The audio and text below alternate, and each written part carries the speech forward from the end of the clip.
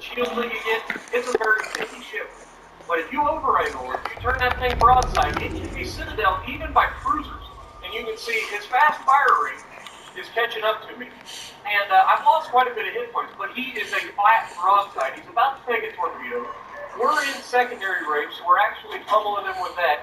And then we absolutely citadel him, and he's lucky that we only got one. That should have been an outright deletion right there. But he got pretty lucky, and our secondaries are just absolutely pummeling him. Now, the Nagato and the Amagi, they have a lot of secondaries, but they're short-range secondaries, much like the Iowa. They're not as useful in a lot of situations. But when you get down into these sort of ranges, the Iowa, the Amagi, all of these, the Nagato, all of these secondaries that we have are much more effective than, say, Bismarck, who has really long-range secondaries, but they don't hit the target, and they just don't do as much damage at those ranges.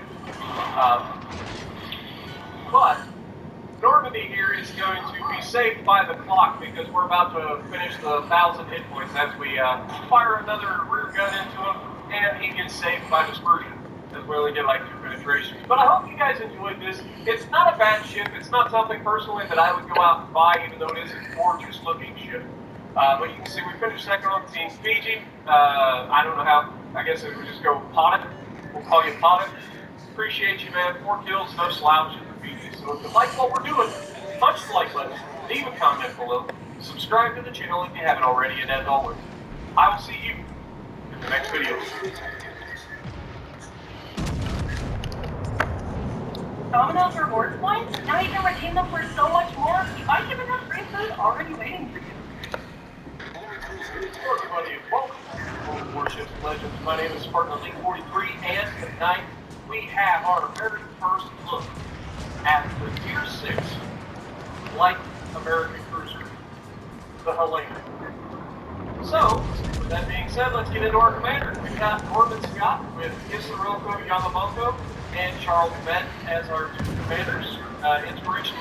We've got Beyond Range, we've got Igniter, we've got Punch Through, we've got Fixate, and we have Refill Station. So that we can use that faster fire rate that this thing is fully capable of. Now, when we go back to the ship itself, you can see my upgrades. We've got aiming systems mod 1, we've got steering gears mod 2, and we have concealment system mod. We are fully upgraded, as you can see.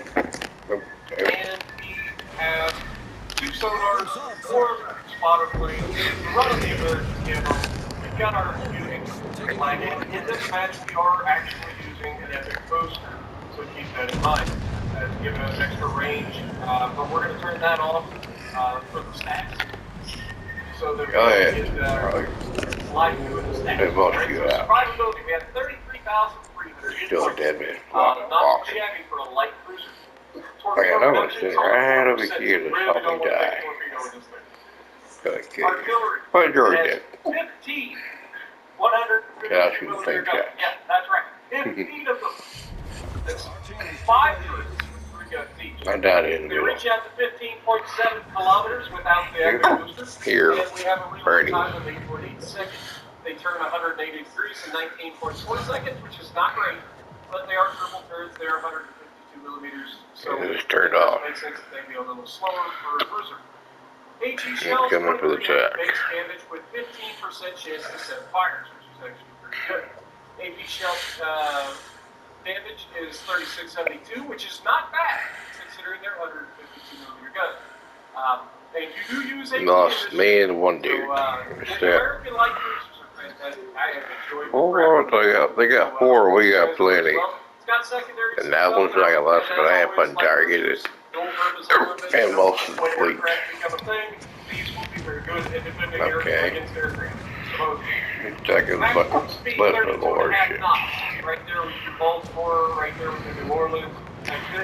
Most of the cruisers, and most of actually every ship for the Americans in late tiers are usually trying to be part of an aircraft carrier group, so that's why they're all roughly around the same speed. Iowa capable of 33 knots in real life. All the light cruisers, heavy cruisers, and stuff capable of right around the same speed. They built them for that speed so that they can protect carriers. That's what they were built for. Now, 680-meter time circle, not good for a light. We took all of them. Just keep that in mind. I'm a battleship player. I'm used to slow turning circles. Now it is You left pretty that. agile. You leave that one there. You ruined. Rounds when I need to in this thing. It's not quite as good as the Wichita in that sense, but it is pretty good. As long as you give yourself time to do it. Concealed at 10.4 kilometers, fantastic. I'm going to tell us Jay right into him. Detectability by air is 6.5 kilometers, guaranteed is 2, and 5.8 while firing in smoke, which is also very good for a cruiser. There's only a couple cruisers I think that are better than that, actually. Unfortunately, we don't get smoke. So, overview, we've got surgical strike. A short shell's fuse time results in lower chance of over-penetration. Guns aplenty. A high number of guns allows for a lot of damage from a single sound poke.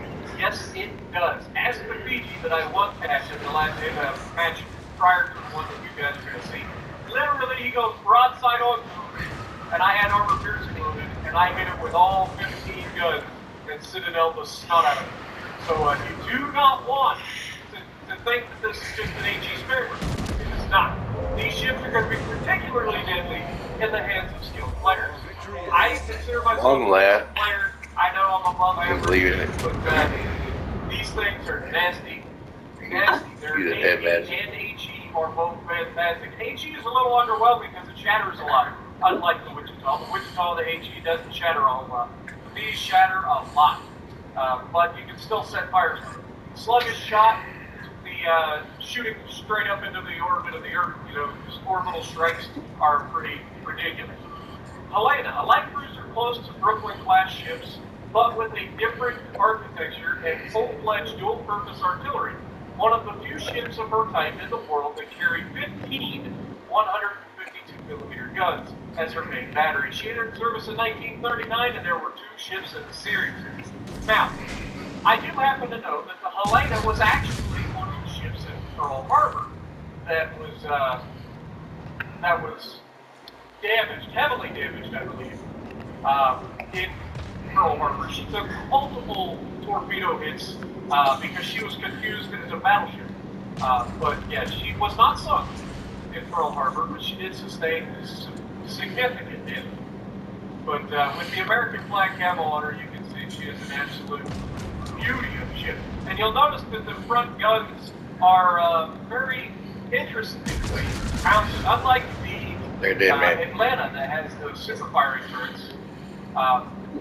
This does not. The rear turret on the front has to rotate all the way back around to shoot off of the other side of the ship.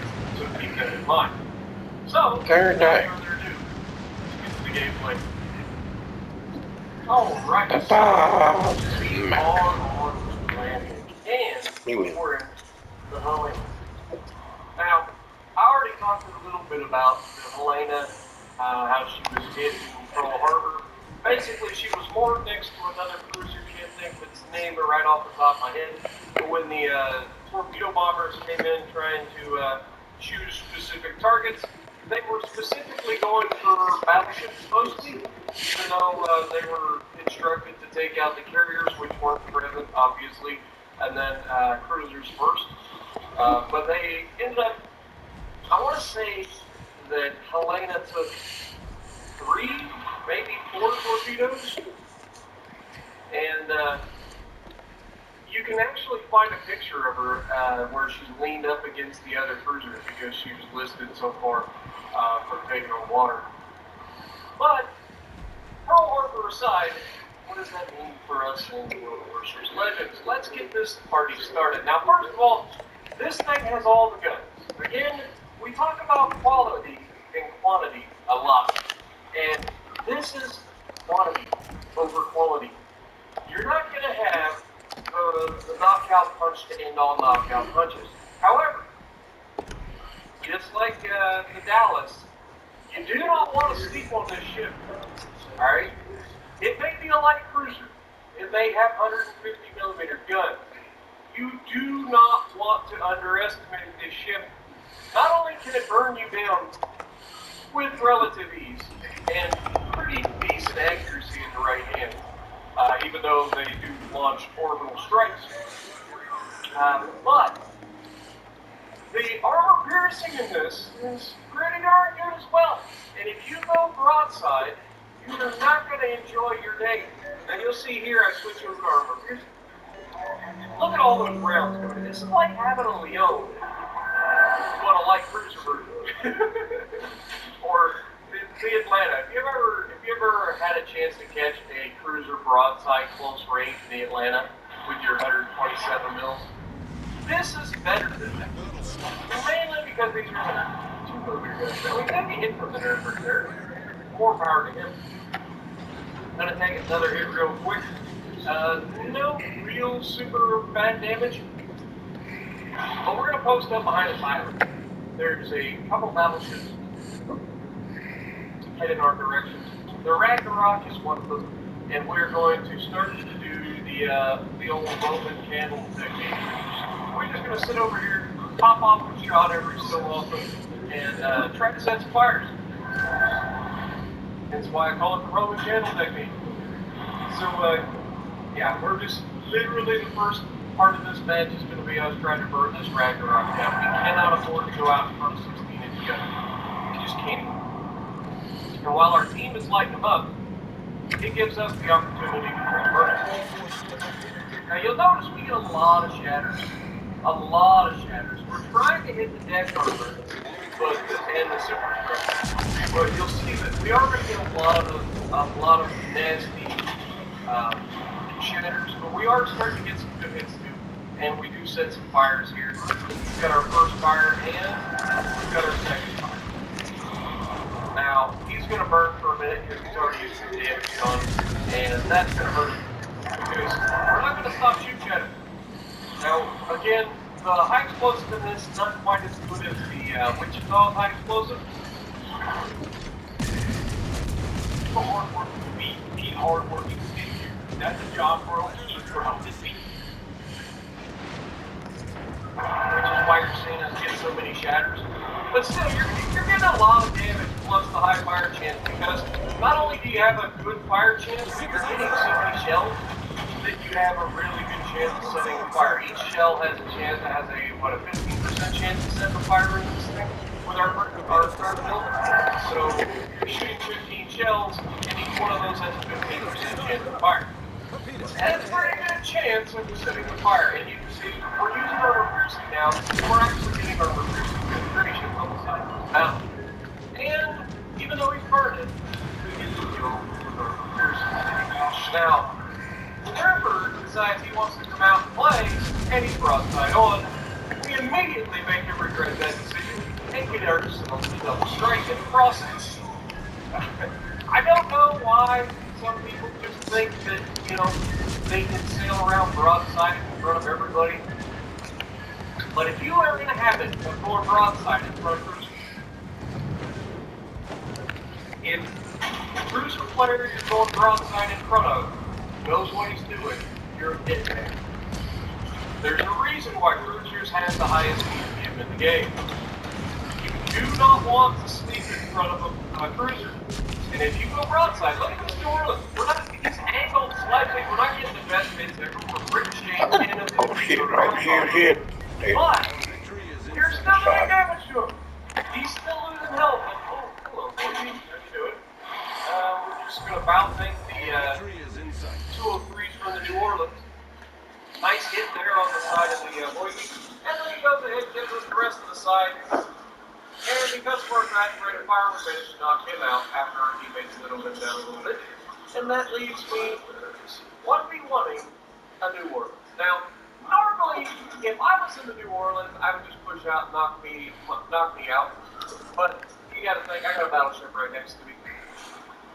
New Orleans wouldn't survive long enough to do that. He's going to struggle to penetrate the front armor. That's what I've heard from Tony's first. Even with light cruisers, you're not really going to reliably punch through the nose of these ships. So you got to keep that in mind.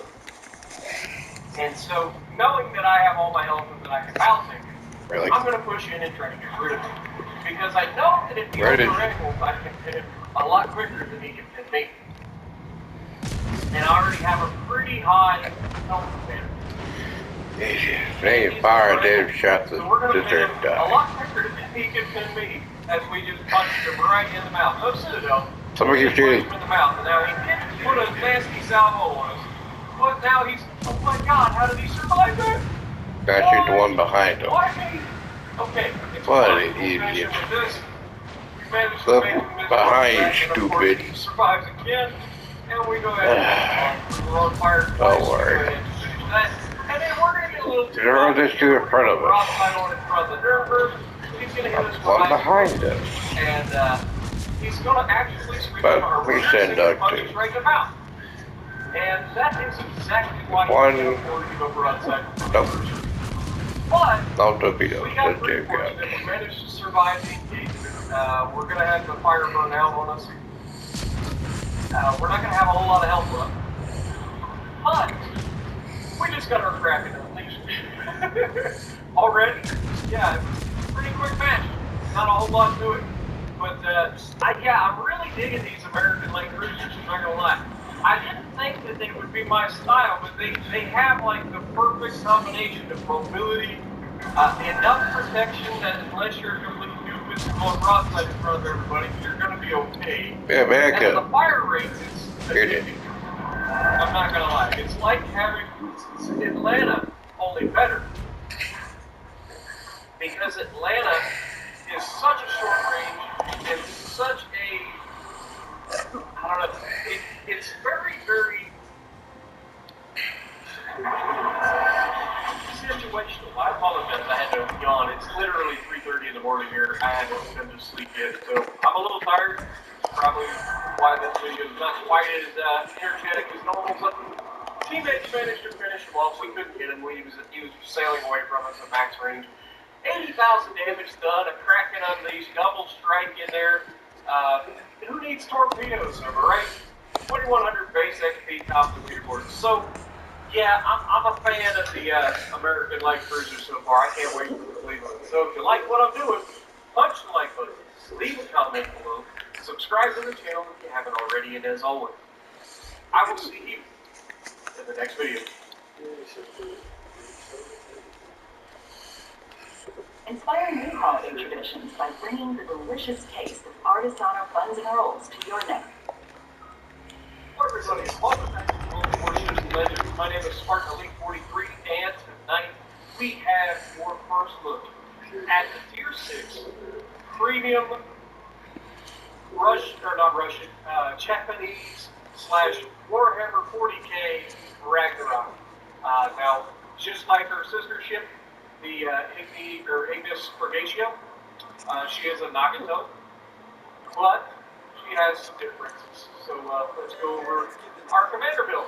Now, she is the Japanese version, so we have Takeo Takagi, we have Andrew Cunningham, and Robert Shishard. And on the other side, we have Michael Canadier, Japanese Robin Marksmanship and Emergency Specialist, as well as our will to rebuild. Now, if we get into the loadout, we've got Aiming Systems Mod 1, which is something we can't have on the American version. We have Steering Gears Mod 2, and we have Target Acquisition. So basically the only difference in equipment is just the fact that we can actually put the dispersion mod on this, where we can't on the American. Now, if we go over here to loadout, we're running the premium camo. We've got no flag on it. We've got our survivability is 50,000 hit points. That's slightly less than the Gato X3 version, but it does have 25% torpedo reduction, which I believe is the same as the Iowa and all of those. It's still, you don't want to get hit by torpedoes if you don't have it, because it hurts. Artillery, we got 410mm guns. We got 8 of them. 4 turrets and 2 guns each. 20-second reload time, 180-degree turret time is 30 seconds. We got 6,000 maximum damage per HE shell, with a 26% chance to set fire. Maximum HE shell damage is 12,100. It's got quite a bit of secondaries, as we pointed out in the video. So, maneuverability, 24.3 knots, 770 meter turning circles, and she has a 10.3-second rudder shoot time. A little bit slower rudder shoot than their American version, and the speed I think is right around the same. So keep that in mind. This thing is a little more sluggish to turn, and that might affect your gameplay. 14.2 kilometer injection, 11.9 by air. It did. Kilometer guaranteed and 14.4 in smoke. Overview, sure shot. Shells with good ballistic trajectory, maintain velocity, making aiming easier. But she's frail. She's got below average base HP rating. Again, 50,000 hit points is less than my Baltimore has. But Baltimore's a Tier 7 heavy cruiser. This is a Tier 6 battleship. So it's still got a lot less hit points than you'd expect, but it's useful. Now, the interesting part, Ragnarok, the vessel is immeasurably ancient. It was built in the shipyards orbiting a world of proud and fierce warriors. Though the citizens adhered to the imperial creed and paid their tithes, the secret cabals on the planet's surface worshipped Lord, the Lord of Rage. At the appointed hour, they rose up and tried to overthrow their loyalist masters. They failed. They were defeated in a long, bloody war, and all who advanced perished in flames. But the fickle winds of the war decreed that their vengeful spirits would forever haunt the vessel. Ragnarok, whose hull has been constructed in the docks above the planet's surface. To this day, Ragnarok and all aboard it cry, vengeance, death, blood for the blood god. She entered service in the year 3798, 30,798, and there was one she built. So, for their you don't want to miss this. First of all, love the minigun on the front. It's pretty sexy. A little corny. I know, that was a joke. Anyway, I do like it. Again, it's got a good look to it. Is it something that I would necessarily buy? Probably not. But if you like watching people like Lathers or Lathland play from the depths, he makes a lot of references to Warhammer 40K and Blood God, all of that. So, with that being said, let's get to the gameplay. Alrighty, so we are on Neighbors, and we're in Ragnarok. Now, I'll be honest. This, much like its predecessor, or the other one that we've already done, the Ignis Prodatio, we have not really done anything special in them to the point where I'd be like, yes, you have to go out and get these ships. No, they're okay. They're not bad ships, but at the end of the day, it's nothing you can't get out of the Nagato, or no, what? The Nagato. Good Lord, I can't speak. My brain went on autopilot for a second. But they're good looking ships, and we're going to have quite a bit of fun. Now, this one is much more closely like the Nagato than the